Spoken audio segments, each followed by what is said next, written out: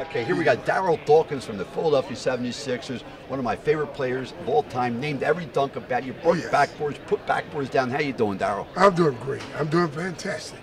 Darryl, let me ask you a question. Back in the day, you came from Maynard Evans High School, and you went right into the pros with Dr. J and Georgia McInnes and all that. What was it to play with them guys? How did it feel for you? Those guys were good leaders. They were good guys. They kept you out of trouble.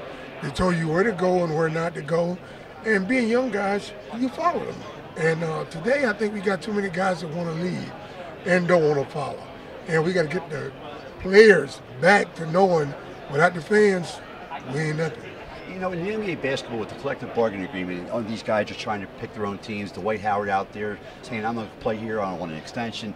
And they're like basically telling the NBA and the owners, they're dictating that. That didn't happen in the old days. Why are they doing it now? It didn't happen in the old days. I think it's just a sign of the times of people are changing and they want to change the league. They want to change different things to say, I want to play here, I want to play there.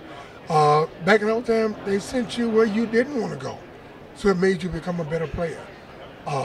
David Stern is going to step up and take over stuff, and guys going to be where he sent them, and the league's going to continue to be better. My guy's Dr. J. My whole life, I went down to see you guys play when I was a kid in the Spectrum and all that. Tell me how great the doctor really was. Doctor was always a leader, always a fantastic dresser. I never, ever in my life saw Doc do or say one thing wrong. We followed him because he was our leader. Last question for you. Portland, 1977. You go up 2 games to none. You lose 4 games to 2, but you want to fight a guy named Maurice Lucas. And then you wind up whacking Doug Collins. Well, I told Doug, if you can't fight, don't get in the way, And he popped his head up like a bobblehead in the wrong place, and he got it whacked. I mean, that's what happened. But you know what? I think they just played better ball than we did, team ball. And we played more ghetto ball at the time. We had a lot of stars, and everybody wanted the ball.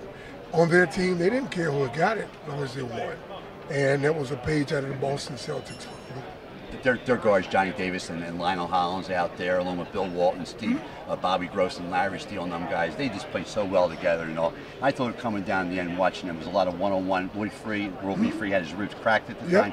Collins was hurt, so he couldn't come in the game.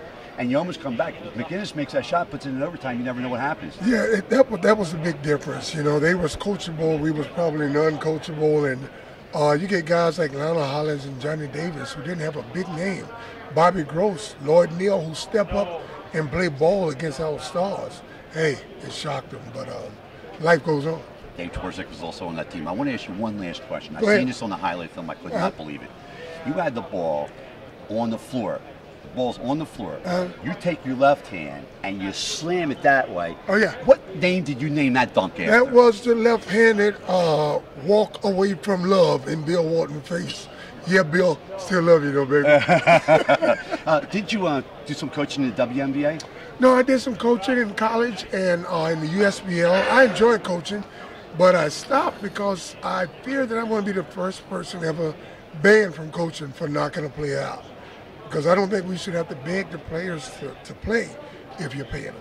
No, I agree with you, Darryl. When you get paid, you're supposed to be listening to your coaches and in general, the management and all that. That's you right. signed the deal, so it's fair in all love and war. You signed the deal, you agreed to that, so you got to pay for that. You sign it, you do it. Forget about what somebody else got it. You signed that deal. What's your favorite play of all time, Darryl? Favorite play of all time was the first check I got from the Sixers. That was a big play going to the bank, baby.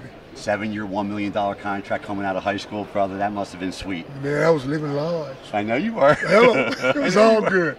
It really was. Thank you so much, My brother. pleasure, man. Oh, man, and it was thanks great for to having talk fun. It's good to do interviews where you have fun and you enjoy people. You coming back to Philadelphia at any time? I could be back in Philadelphia doing community relations with them. Right now with the Nets. Oh, are you? Yeah. You played for the Nets also. Yeah. I mean, in fact, you knocked the Sixers out in '84. That's right. We Was came that sweet? back Sweet revenge? sweeter than double Dutch chocolate. Michael Ray Richardson leading up with Otis Birdsong. Yep. What And a Darwin, good team. Cook, Abbott King, Buck Williams. We had a good team. You had a great team. Yeah. You had a great team. You had to beat the Sixers champions from the year before. Moses Malone still on that team. Yeah, Dr. J on that team. They beat us all the games at our place, and we won all the games at their place. I know, it was that game 5. That was great. That was an unbelievable game, great clutch game. Yeah. One last question for you. Bobby Jones, one of the best players I've ever seen on One of defense. the baddest white boys of all time. Bobby Jones, I can proudly say, is the best human being I've ever met in my life. Thank you so much, brother. No It's been problem. a pleasure. Thank you, Darryl.